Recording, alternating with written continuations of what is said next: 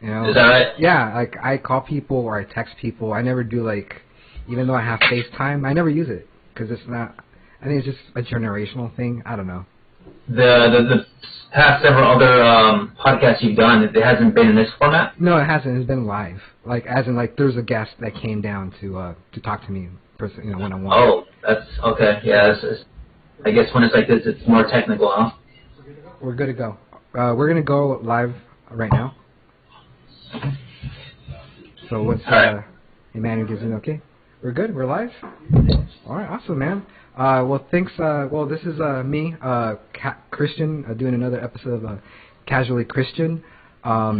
It's really hot today. It's like 100 degrees, but we're pushing through. Yeah, it's 104 over here. Oh shit.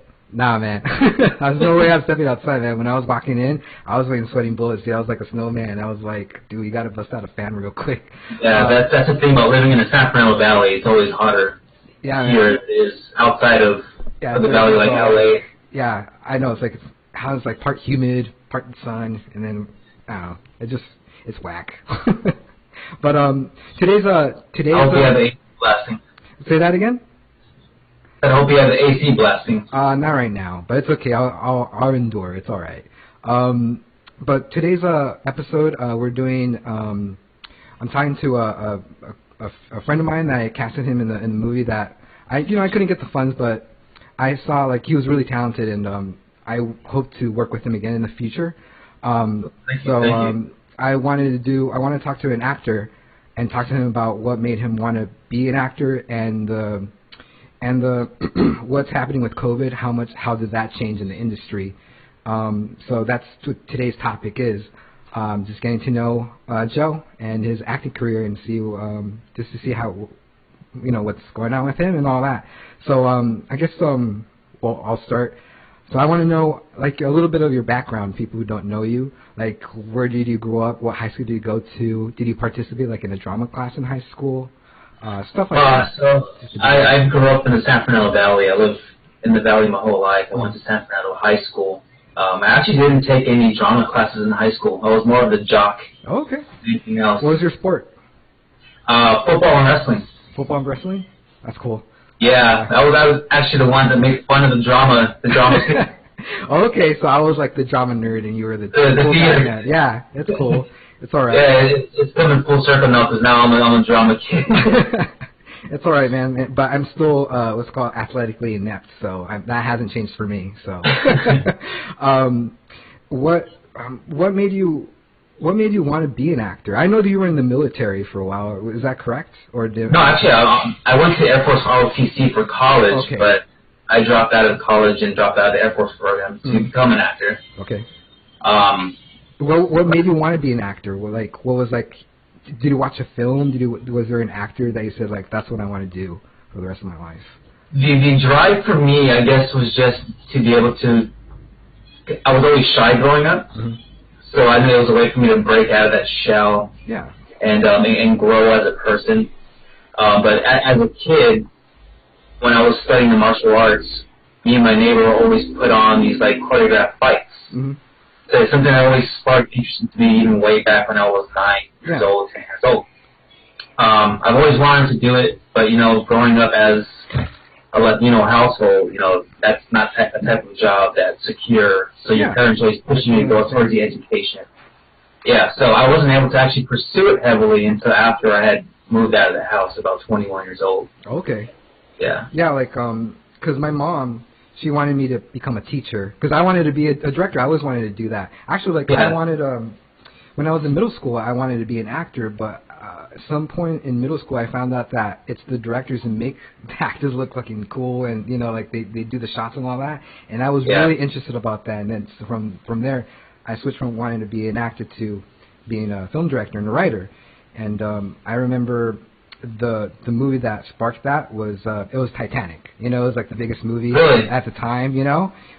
But what made me want that to be a director is because I saw like a behind the scenes of James Cameron directing Terminator 2, and he was like on the floor, like he was in the riverbed with toy cars, and everybody was around him watching him, block the scene with, you know, it was a grown man playing with toys, and people were watching him play with toys, and I'm like, and I told myself, if I could do that for the rest of my life, to create, to use my imagination, to pretend, like that's what I want to do, and that's how my that directing career began. Yeah, and I'm pretty sure growing here, you probably made fun of if you were, you know, someone in the late teens still playing with toys. Yeah, absolutely, because you're like self-conscious about that because you're growing up. You have to get away from that stuff. You know what I mean?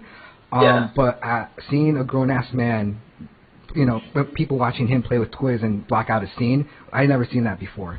And and now another thing that made me want to be a director was also like again James Cameron, because like I was at the time Kiss FM was doing like the top 10 soundtracks of the day, like on a Sunday, and they gave like little factoids of each song. But one of the factoids for James Cameron, you know, is that that he was a truck driver, and he didn't go to film school, he didn't go to college.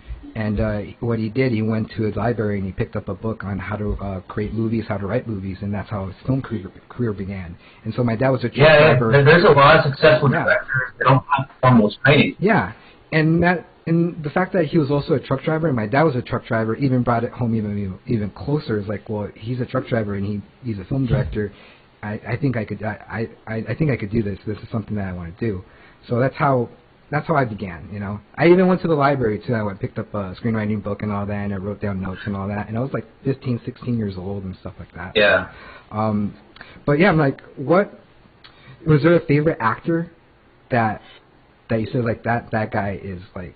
I know I'm going to get a lot of slack for this, but Tom Cruise has always been one of my favorite actors. It's okay, man. My boyfriend loves Tom Cruise. Dude, like, he's like the whole Scientology stuff. I don't care what their personal life is, you know, behind closed doors, but the work ethic that this guy has, I think he's one of the most underrated actors. He's done some amazing work, from Vanilla Sky to, you know, an earlier film that he did that really captured my attention was Born on the 4th of July. Where he played a war veteran. Yeah. I love that film. Yeah. You know, he can go from doing these big blockbuster hits, these franchise movies, and then do something that's more boutique and more character-driven, you know what I'm saying? Man. Have you ever seen Rain Man? Of course. Yeah, man, that was my first Tom Cruise movie, Rain Man. Really? Yeah, I was very young when I saw that, and it brought me to tears, because, like, it was about brothers and all that, and when they separated in the end, I remember crying, like, I think the first one... He wasn't as big back then, but when he did Outsiders. Yeah, man. That was fucking sick, man. Now I'm revealing my age. We're at the same age bracket. It's cool, dude. So what was the first film course you took? Like, you said you started acting around 21, right? Like, that's when you finally started getting into it? I started dabbing into it when I was 19. Okay. But when I was 21 is when I really took it serious, because I was no longer living under the household anymore, so I was able to do it. Yeah. But I would say my senior year in high school, I had two friends of mine that were childhood actors, and I was fortunate for him to invite me on set while they were doing pickup shots one day. So I got to see how movie sets function on a big scale budget. Yeah. So I got to sit in the trailer and I got to see how just the whole process works, and I was just so intrigued. How it takes so many people, like cogs in a wheel, to make everything function. And at that moment, I was like, yeah, this is what I want to do. This is awesome. Yeah, like it's interesting to have, like, if somebody's shooting like an intimate scene, there's still like 12 people behind the camera, and like it takes a lot of people to build a moment, to create that moment, to create like magic. And when you do participate in a project that you do feel that chemistry, that magic, it makes it worthwhile. Even though you're not getting paid too much and you're burnt out, when you see your dailies, it confirms that this is what you're meant to do. You know, and I'm sure you feel the same way too. And like any artist, you know, it's not. I really get upset when people say that my writing is a hobby, and it's not a hobby. It's my identity. You know what I mean? Yeah, if you treat it as a hobby, then you're not going to be successful at it. Exactly. Something that you got to take serious as a full-time job. You know? As a professional, you know. And I was wondering have you ever gotten that, like, where people called your acting a hobby or anything like that, where you're doing a hobby and they don't consider it real? Because, you know, it's not the 9-to-5 job, you know. We're looking for projects, and we want, you know, you work crazy hours once you get into that project, and But have you ever encountered people who, I guess, didn't consider what your profession a profession? I've encountered that many times, numerous times. I've had even friends who are close to your family members. That's usually where the scrutinization comes from, is people close to you. And I knew that they do that out of a place of love because they don't want to see you fail. Yeah. But they always say, oh, you have to have a plan B. Well, the thing is, if you put both or split your attention for plan A and plan B, you might as well give up on plan A because you got the plan B to fall back on, right? Yeah. So might as well just give up on plan A. You got to put all your full attention on that one particular plan. That's what this takes. Yeah, and it's true. And you can't spread it out everywhere. Yeah, I totally agree, man. And what was, when did you take an acting course? Like, did you go like an improv? Did you do anything like that? Like, I know, like you said, you went to like that film set, but like, what was? There has to be a moment like where you went to take an acting class. When I first got a manager, they had signed me up to some acting classes. They did some recommendations because they said you're not going to book anything until you learn the fundamentals. Yeah.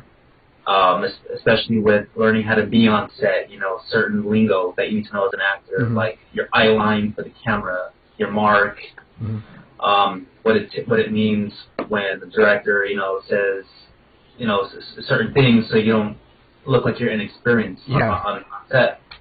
So I would say about the age of 20, 21, when I got a manager, they were kind of nurturing me in that aspect that you better take some classes.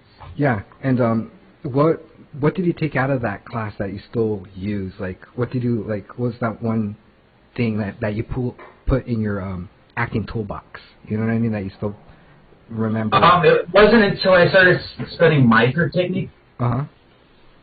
The acting coach that I was using, he had this exercise called moment-to-moment work. And the thing about Meisner, it's about the organics of responding, not just acting. Yeah. Learning how to absorb what the other person's giving you so you can give you that motion. You know what I mean? You're just not back the emotion. Yeah, you're just not like repeating dialogue. There's something behind the dialogue. It looks like you're not just memorizing lines. Exactly. The beats. You're hearing the beats, as they call it, right? When like I caught your brief cameo on Writing Hope. It's on Netflix, and you were with Joel. And how did you meet Joel? Like, I don't know your story, how you met Joel. People who don't know Joel, he's the president of Nosotros. It's an organization for actors, and actors, producers, writers, independent Latino, Chicano, filmmakers. How did you meet Joel? Because he seems like I met him at a holiday networking event that he was hosting with part of Nosotros. My manager, who I have now, was also co-sponsoring it back then, which is Contacto Entertainment. Yeah. I'm pretty sure you're aware of them being part of the whole Latino or Latinx community of the entertainment industry. So they two were hosting the event, and I went there, and I just wanted to start talking to him, introduce myself, and he's hired me in, I think, 3 or 4 of his films. Yeah, he's a really cool guy, man. Like, he's so chill to talk to, and he's doing barbecue, which I really want to try if he's watching. Oh, yeah. Every time I see his feed on Instagram, I was like, man, you're making me hungry. Yeah, dude. That's what year was that? Like, was that like in the early 2000s or something like that, or? Right. No, I mean like when you met Joel. Oh, hold on. We got something happened. Something froze. It's cool. It froze a little bit on the computer, right? Yeah, on the computer. There you go. Did it freeze? Yeah, we're good now. It's cool. Yeah, I'm having some internet problems. They're coming out soon. But I think it's probably been like 6 years since the day that I met him. Oh, okay. What was the first project that you worked with him? The first one was, I believe it was No Way Out with Danny Trejo. Yeah. And he brought me on. It was a featured role. And I guess he was basically calling me out to see how reliable I was. That's a huge thing of networking and getting called back by producers is you got to be punctual, you got to be reliable. And that's how you build that rapport with them, so they frequently call you back all the time. That's cool, man. He called you. That was a long time ago. I think that was like probably a month or 2 after we had met. That's crazy. Like you had an impression on him that he called you like 2 months later. You know. Oh, he froze again. It's cool. It's a connection. It's a connection. It's an internet connection. Yeah. It's all right, man. You're live now. But what else? I saw your clip of live to fight. Or is it Fight to Live? I'm sorry. You're a boxer. Like two friends they're boxing and they're gonna win it all. Fight to Live, right? Fight to Live, yeah. Yeah. Like you said, I remember that you were talking to me about it when you were first making it. And like you guys filmed it in one day or like in a week. It was like very like the schedule was very tight. No, we shot it, I believe, in 3 shooting days. They weren't consecutive, but there were 3 days to shoot that whole thing. Okay. The challenge was trying to choreograph all the fight scenes with different fighting styles. Yeah. So that was like a 14-hour day. Damn. And did you? Yeah. I mean, you guys work like. I know it took 3 days, but did you guys also do like a rehearsal day? Like, you know. No, that's a crazy thing. we didn't have the time or the budget to rehearse because then we have to pay, more money out of pocket. Yeah. So that was definitely a strenuous day. Was doing dialogue and scenes and trying to teach 7 people how to do choreography for those several different fight scenes. Damn. So we managed to get it done in about 14-hour day. That's crazy, man. And did you edit it or?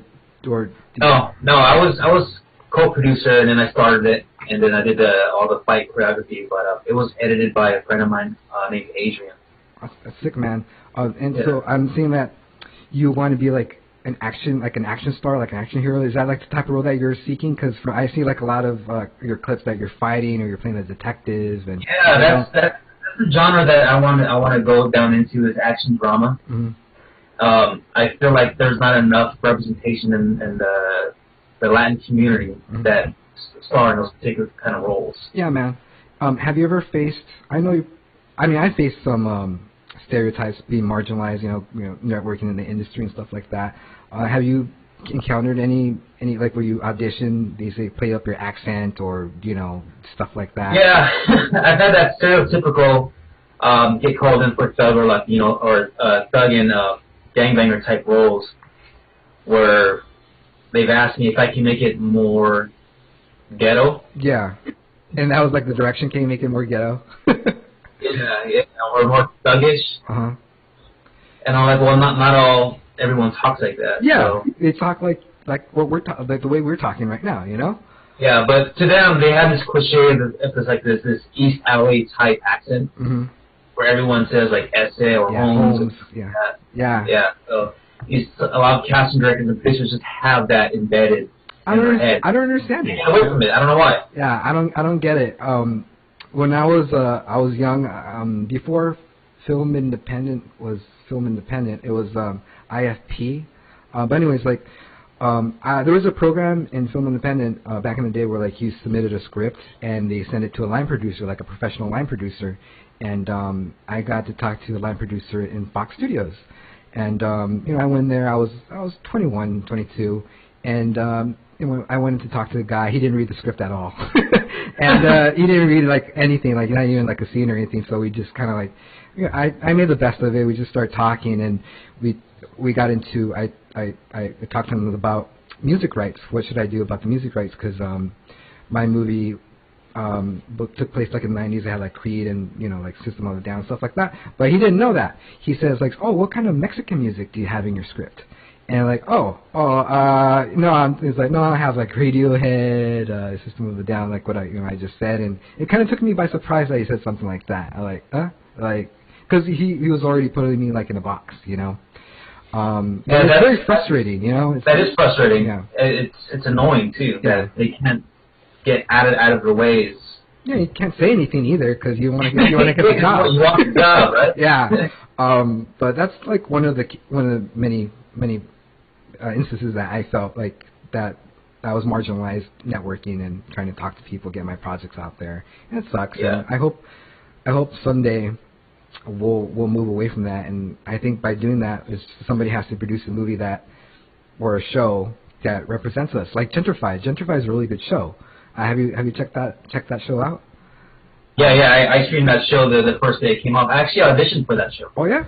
Yeah. Yeah, like I really connected to that character Christian because like his Spanish was terrible. Like people didn't see him as like part of the being in their community, and I connected that because I felt like that, and I still feel like that. Yeah. That's something that I did enjoy about that character. Because as you said, because of the Spanish, his character doesn't speak a whole lot of Spanish, right? Yeah. Yeah, and then and that's something that you identify with. Yeah. I'm just, I grew up all my life here in Southern California, when I was younger, I could speak Spanish. I was very fluent in Spanish when I was young, but as I grew older, I watched a lot of TV, and all my TV was in English, so I kind of, pushed away. Yeah, me and you are both in the same boat then, because I'm third-generation American, so, I grew up watching shows like Friends, Family Matters, that whole AF lineup. I didn't grow up watching novelas or, Cristina. Yeah, like the Betty La Fera. Yeah, so when I get called in for auditions that require Spanish speaking, then I really have a hard time or a struggle with it. I have to practice it even longer. Yeah, I totally understand, man. Recently, on the first episode that we did for the podcast, Sandra, right? Sandra, and she has her boyfriend named Emmanuel. I know you probably know. Probably. Yeah. Well, anyway, she contacted me on Facebook because she has a producer that were filming. They wanted to get people to eat, food. They wanted to have somebody eat chicken, like fried chicken. They were going to send me the details on that stuff, and I never did anything like that before. And the best part was they were going to bring me the food, and they were going to pay me too, just to talk about it. And it was like a Popeye's chicken commercial thing, and it was very odd because I had to talk to the producers over the phone, and they had I shot this thing, and they said to amp up my emotion, and I guess I was acting, you know what I mean? Because by the time I ate it the second time, it was like really cold. But I had to act like it was like the most delicious chicken I have ever had, Like it was fresh off the fryer. Yeah, mouth watering, and it was like it was good, but it wasn't piping hot, you know what I mean? So I had to act like I was acting, you know what I mean? I felt very weird to be in that side, being in front of the camera instead of being behind the camera. So it's just I give actors a lot of kudos because you feel like I felt silly doing it, you know what I mean? And very self-conscious because I had my boyfriend and my roommate filming me, and they were watching me eat this chicken and act like all happy because I'm very I was getting out of my comfort zone, and I just respect a lot of performers. I can definitely say that being in front of the camera is not for everybody. Yeah. There's definitely some challenges, especially if you're a closed-off person and you're just kind of just... the best thing about it is that I got paid for it, so I guess I consider myself that's good, right? A professional actor. I don't know. So if Sandra's watching this, if you have any other projects that I could eat, food in front of the camera, I'm totally down. You talking about Sandra Verona? Yes. Oh yeah. I've worked with her many times too. Yeah, because I know that you guys talk and all that stuff. So yeah, she hit me up, and that was great. That was a really fun experience. And they said if they use my clip, I'll get $200 if they end up using my clip. So I don't know. So we'll see. I'll keep you guys posted. So since the whole COVID thing, have you joined any acting classes through Zoom, or how is it working? How is it being an actor right now where there's nobody shooting anything? It's been an interesting time. I haven't taken any classes over Zoom, but that's the way things are going. They're having these huge Zoom meetings. Yeah. So I'm actually looking into several of them to join up because I want to see how the COVID has completely changed that portion of the industry with training and acting. Yeah. Auditioning is a lot different now. Mm-hmm. Everything, I would say 95% of everything is done through self-tape. Mm-hmm. And if you get the call back, then you want to do interviews such as this with Skype or Zoom with the client. Mm-hmm. So it's definitely unorthodox from what I'm used to, because I'm used to going into the casting studio, and having the scripting there and all that.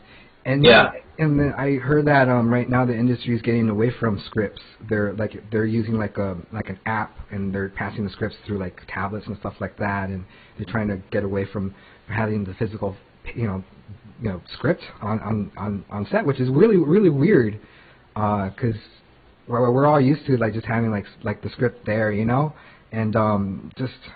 They definitely want to get away from contact with people and things that you touched. One interesting thing about auditioning with having contact with people, so now the auditions, if they do have it in office, it's a lot less actors now. Mm. So you got to think about it. Like, let's say an agent submits their clients to the casting notice. That casting director is going to get about 2,000 submissions, right? Yeah. So they're going to break it down to about 75 people that they want to see. Well, now with COVID, they're going to call even less people.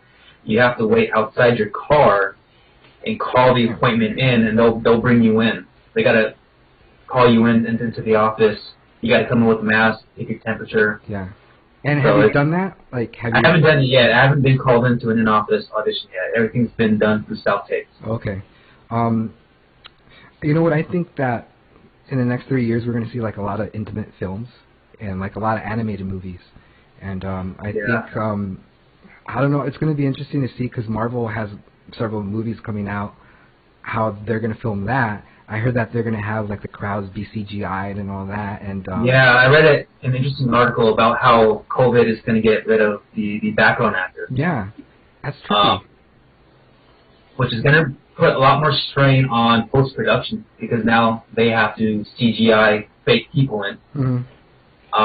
But I know a lot of actors, especially like the top 10%, like all the movie stars, they like to use their own personal likeness to be on set. Yeah. If they need body shots, So they were talking about just CGIing or doing a render of their body before shooting so they can digitally implant that actor into the scene. That's going to look weird. It's going to look really like a video game at the end of the day.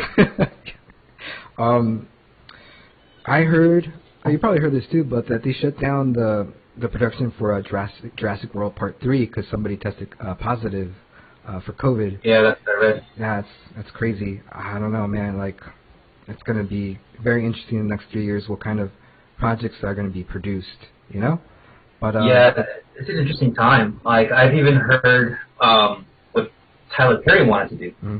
Oh, I don't know. What did he want to do? So, he owns his own studio over in Atlanta, right? Yes. The studio that he had bought is an old Army military base. So his thing for starting the production was testing everyone that comes onto production, and because they have the amenities to house people there, you would have to be quarantined on that base. Oh, wow. For the duration of the film shoot. That's crazy. It's like a community. You're not able to. It's a cult. But the place is so big that they have a hospital on the lot. It's so huge. Wow.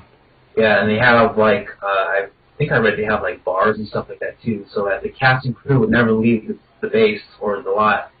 They would have to be quarantined there for the duration of the film. That's trippy, man. That's nuts because a lot of people have families.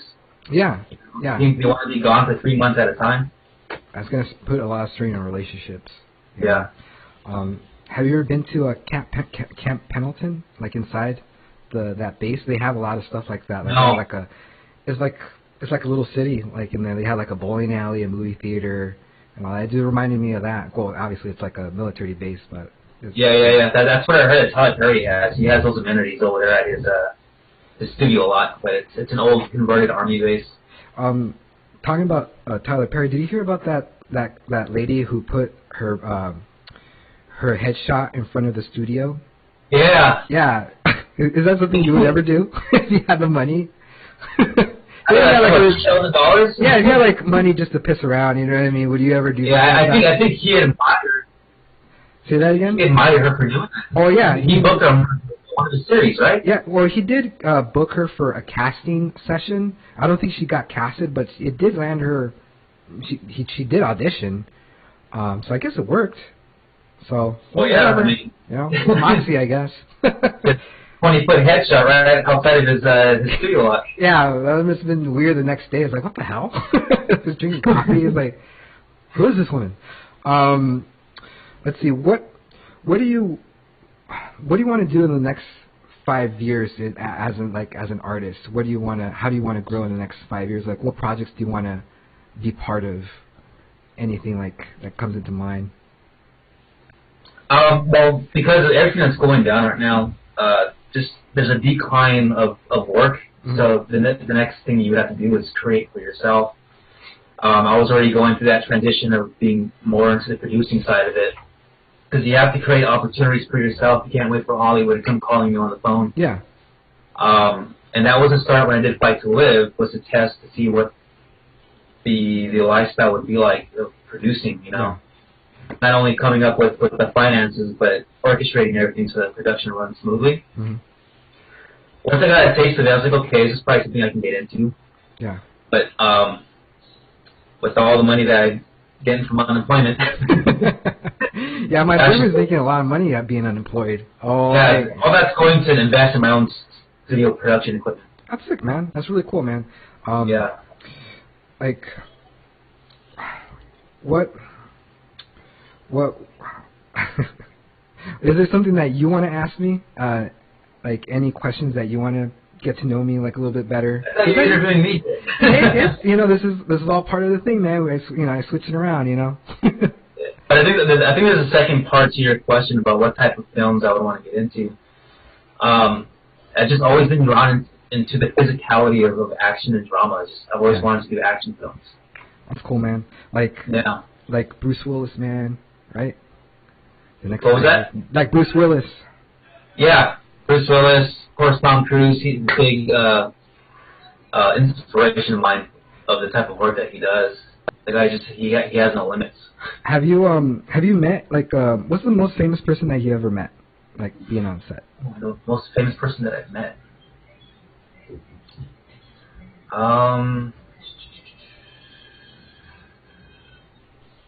I've worked with Eric Roberts before.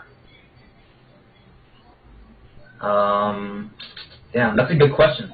I'm sorry, I don't know who Eric Roberts is. Like, what movie? Like, Eric Roberts? You don't know who he is? No, man. I'll be honest, I don't. Maybe if I see a picture. Julia Roberts' brother. Oh, okay. All right. Yeah. All right. Okay. I got it.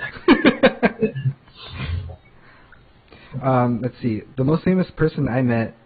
Well, I met a couple people. I remember I worked on a music video, and I met Brandy. She was like by the craft service table, and I was like, I was, chilling out a little bit over there, and I was looking at her. I'm like, why does she look really familiar? And I couldn't pinpoint it. And then I kept on looking at her, and then like I walked away, and I saw like kind of like a profile. I was like, that's fucking Brandy. And I didn't talk to her, but it was just like she looked different in person because she was really skinny, So I was like, yeah, a lot of people are surprised when they meet their celebrity, people that they like, because when you see someone on screen, they're a lot bigger, they're larger than life, and you meet them in person, like, wow, you're a lot shorter than I imagined. Yeah, it's because they're standing on apple boxes and stuff. Let's see, man. Well, the camera adds 10 pounds and 3 inches to your height, so... Yes. I'll say the camera. There's also that. What's one of the most frustrating productions you've been? You don't have to say like the project, but like, well, why was it frustrating? Like, what was frustrating? Frustrating? Yeah, like something that like either the director is being like a dick, or like it was unprofessional, or you were just on the verge of just like, this. I would have to say when I first started, it was probably working on music videos. Uh-huh. Those are the most disorganized productions. Yeah. Yeah, it's just because a lot of them don't fall under the SAG-AFTRA contract, mm-hmm. So they try to get away with a lot of stuff with what they can. Mm-hmm. I remember one time, I don't want to say the artist, but it was a music video. There was about 10 to 15 background actors, and they had us all sitting on chairs, right? Yeah. And the crafty table was right next to us, and all there was a jar of peanut butter and Dorito chips. Oh, shit. Yeah. That's all they had. Very professional. They worked us for about 12 and a half hours that day. Damn, dude. And did you guys at least water? Was there water bottles at least? Yeah, there's water, of course. Okay. But yeah, and then when it came time to actually breaking for lunch, it looked like food back from when you went to school, like county food. That's funny, man. Yeah. I remember I was doing a PA job, and I want to go pick up a special order for a vegan. It was like pizza and sauce, and I came back and all the food was gone, but she ate her pizza. Oh man. Yeah, so I was like, this is dumb. Yeah, I was definitely spoiled when I was working on SWAT. Oh yeah, I was going to ask you about SWAT too.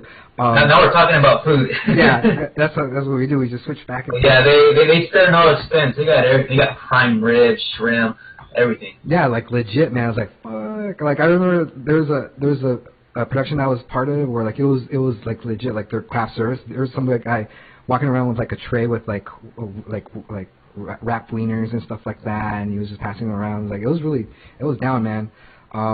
But I want to talk to you about SWAT. Like I know that you play like a role, like you're always like part of the team.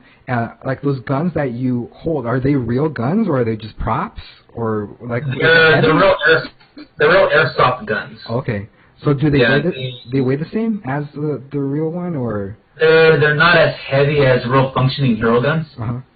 But they do got some weight to it. So when you're holding that gun on the sling, you're holding it for about 6-8 hours a day. So your back starts to hurt a little bit. But I mean, it's all for the fun of it. I enjoy it, so I'm not gonna complain. Yeah, man. It looks really fun, man. Like all that equipment that you wear, like it's really heavy, or is it just all like is it empty? No, it's still foam padded to make it look like it's stuffed. Because the real SWAT members have real steel plates inside their uniform. Their vests. So of course, we're not gonna have the actors wear that all day long. Yeah. So it's just foam padded, so it's not that heavy. How did you get involved in SWAT? Like, did your manager call you and? No, it was actually through a good buddy of mine, Jeff Reyes. He's a film director. He's a veteran. Okay. So he knew the producer from past projects. He's like, hey, I got a guy who knows his stuff. I can vouch for him because he's worked with me on about a dozen things. So it was just word of mouth type thing. Sent them my headshot, and they liked my look, and they kept me on for about 3 seasons. That's cool, man. Like, hopefully they'll give you a call back after all this is over. Yeah, after all this is done and over with. Yeah. It'll be great to get back on set and work on SWAT again. Yeah, man. I like being on set because like there's so much everything's going on, like, and then once everything's all put together, everyone's just so quiet, and then they watch the scene play out. And that's one of my favorite parts, being on set, to seeing like the cultivation of your hard work and you know, getting everybody's like on it, you know, making that movie magic, you know, and it really is magic, you know. The way it's definitely a huge team effort. It takes a lot of collaboration for even the smallest of short films. You'd be surprised how much crew members it takes to make a 10-minute short film. Yeah, man.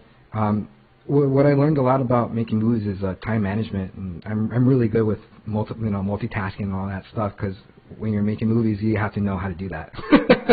Yeah,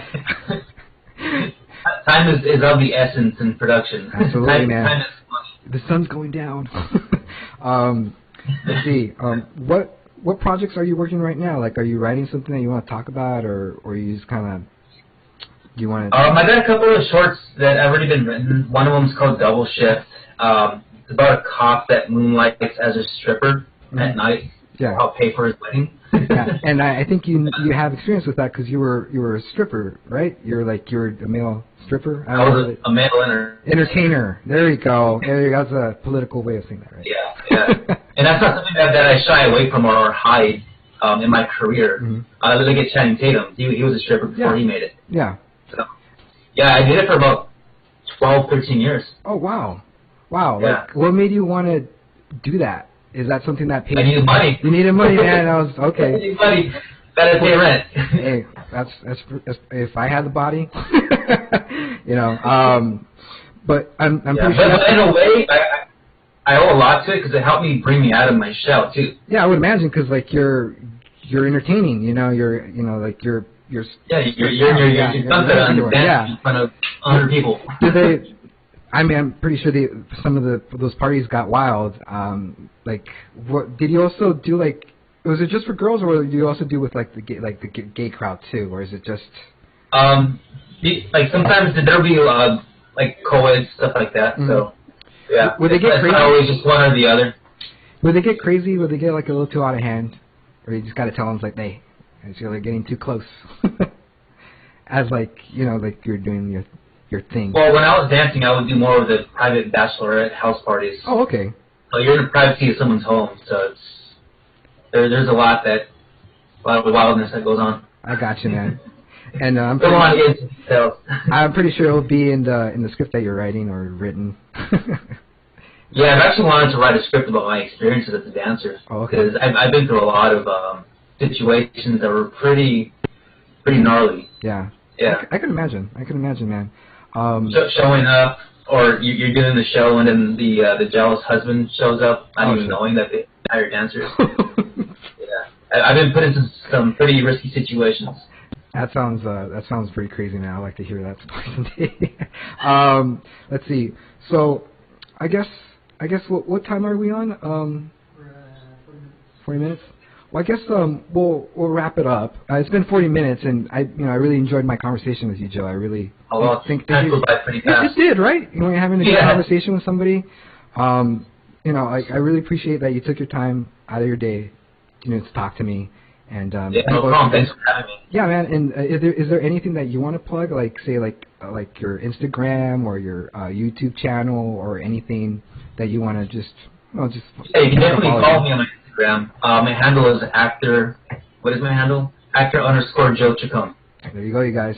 Yeah. I almost forgot it. It's all right, man. I guess that's it, man. I really appreciate this, and I hope you enjoy the rest of your day. I hope someday that we get to talk to each other in person, sharing a drink or something. That'll be really cool. Yeah, after all this COVID stuff is over with. Yeah, hopefully someday.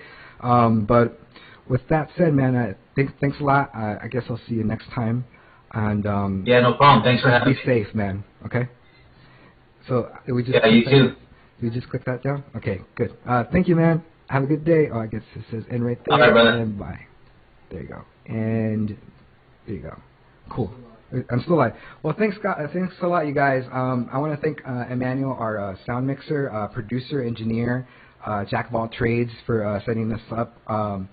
If you guys want to do something similar to a podcast of promoting your business, you could hit up Emmanuel. His company's name is Livestream My Event, and just hit us up and we'll set something up for you guys. And with that said, I'll see you guys next time. Enjoy the rest of your day and stay cool. Bye. And that's a wrap.